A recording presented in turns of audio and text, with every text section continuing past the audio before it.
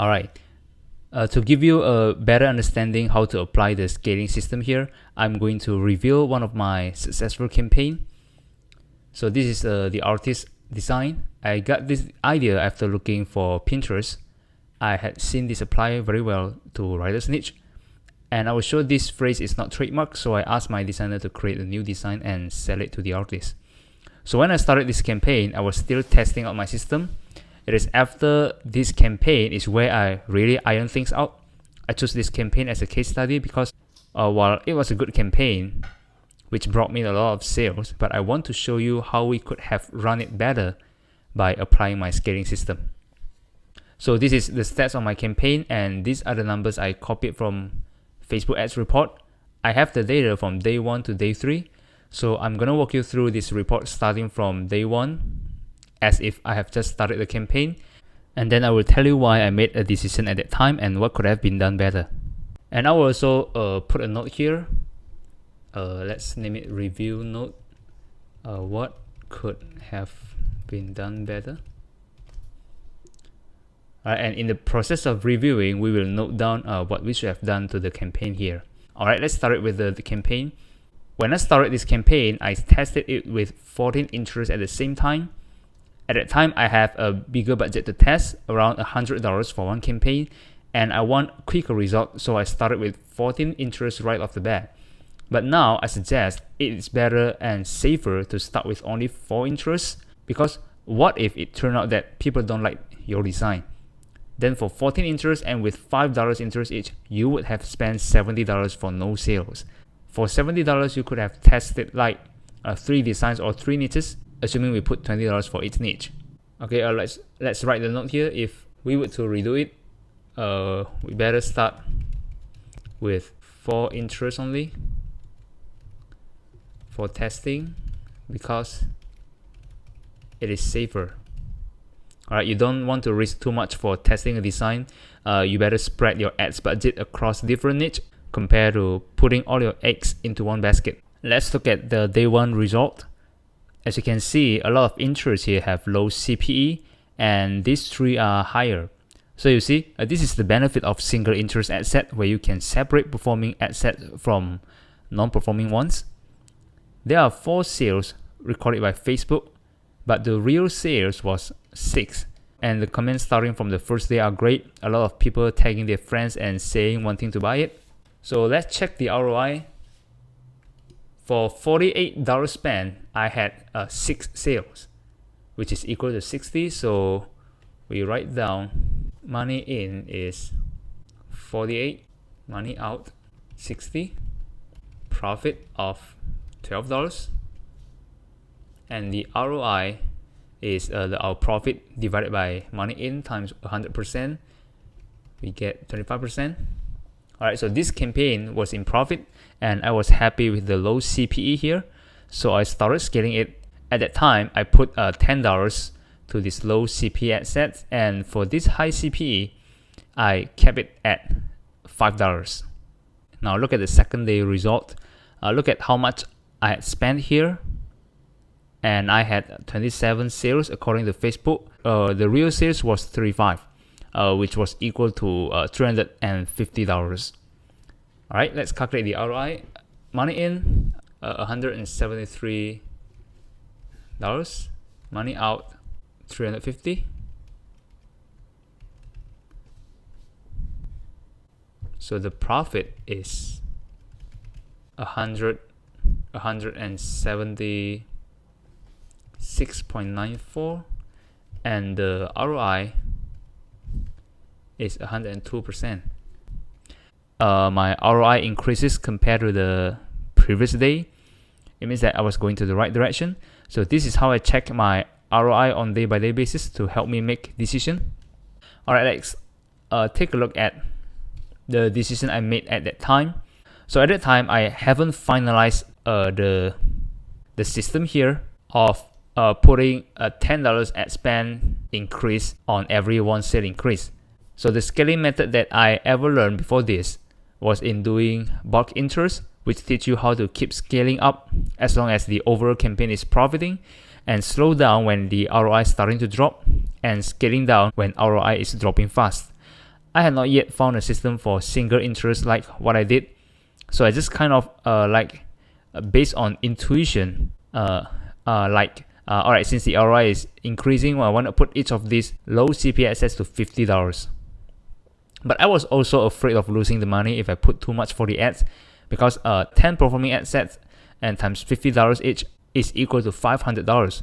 So I thought, what if after spending $500 I didn't get the sales as expected? I could also risk losing money. So at that time I used Teespring Analytics to help me make decision. So I checked for the sales reported by Teespring Analytics and found that some interests here are reported to have sales. The one that was reported to have sales, I put it at 50 daily budget. The one that did not, I put it at 20. Except this one here, I put it at 30 because even though this is reported to have sales in Teespring Analytics, but the CPE cost is very high, so I put it at 30. So you see, the decision I made was more or less based on guessing. There is no way to measure, but if I could redo it, the way I do it is using the system here and just scale accordingly to the sales number. So if I were to redo it, I would not put it at 50, I would put it at 20, since there was 2 increase in sales. I write it next to it. And this one, I will set it at 30. And this one, 30, 30. This one, 10. Alright, just calculate the increase in sales and put the budget accordingly. This one, 40. This one, no increase in sales, then I will keep it at 5. This one, keep it at 5. This one, 10, 5, and 5. Alright. So let's go to our note here. What could have been done better? Apply scaling system, putting ads budget for each interest according to their sales. Alright, now go to day 3. There was 81 sales and we have spent 629. The real sales for day 3 is 101. Let's calculate the ROI again. Money in 629, money out is 101, so 110, and the profit is 381. So the ROI is 60%. If you look here, there was a huge drop in ROI on the 3rd day. I think it's because the way I set the budget too high on the 2nd day. When I apply the scaling system, I rarely got such a huge drop in ROI because the ad spend I set is always based on the movement of the sales. Let's check what I did at that time. At that time, I put all this into 50, which is not good. If we were to redo it, I would put it, alright, let's do it quickly.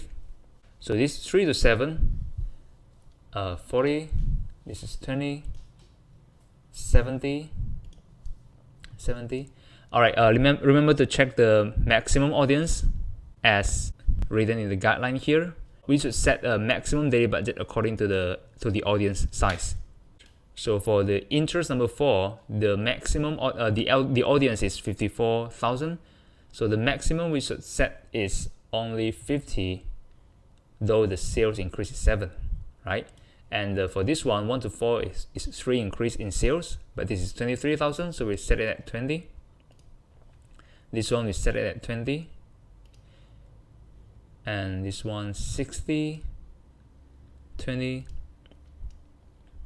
10, right? When we get here, some people might ask like, Albert, I understand that you set a $20 cap here because of your audience size 22,000, but yesterday when you set at $50, you get 10 sales, which is not bad, right?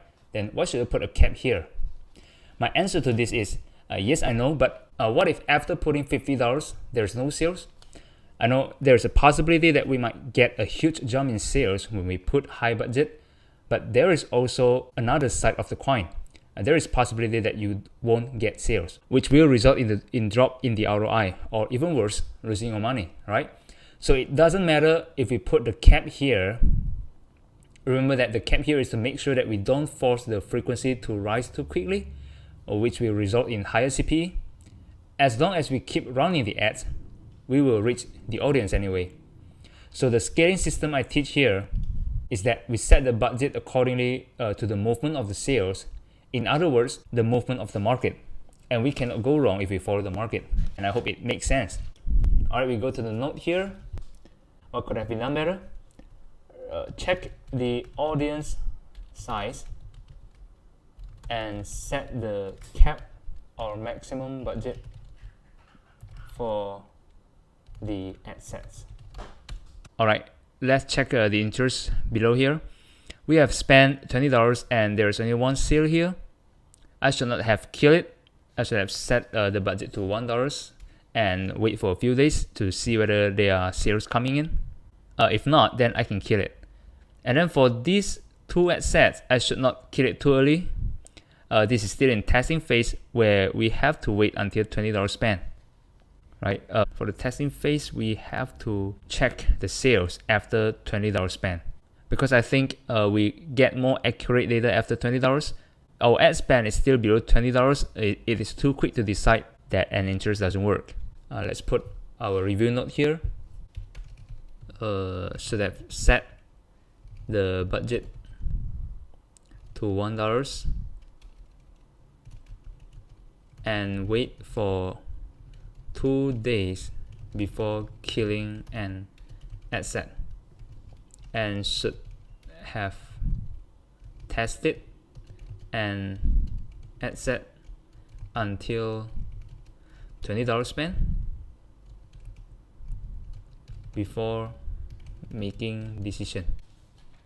Alright, I hope you learned something from this video. I hope by showing you my past campaign, which I made some mistakes not following the guideline here, and after doing review about it, I hope it will give you a clearer understanding of how to apply the scaling system here. In the next video, we will go into part 2 of scaling, which is using lookalike audience. So see you in the next video.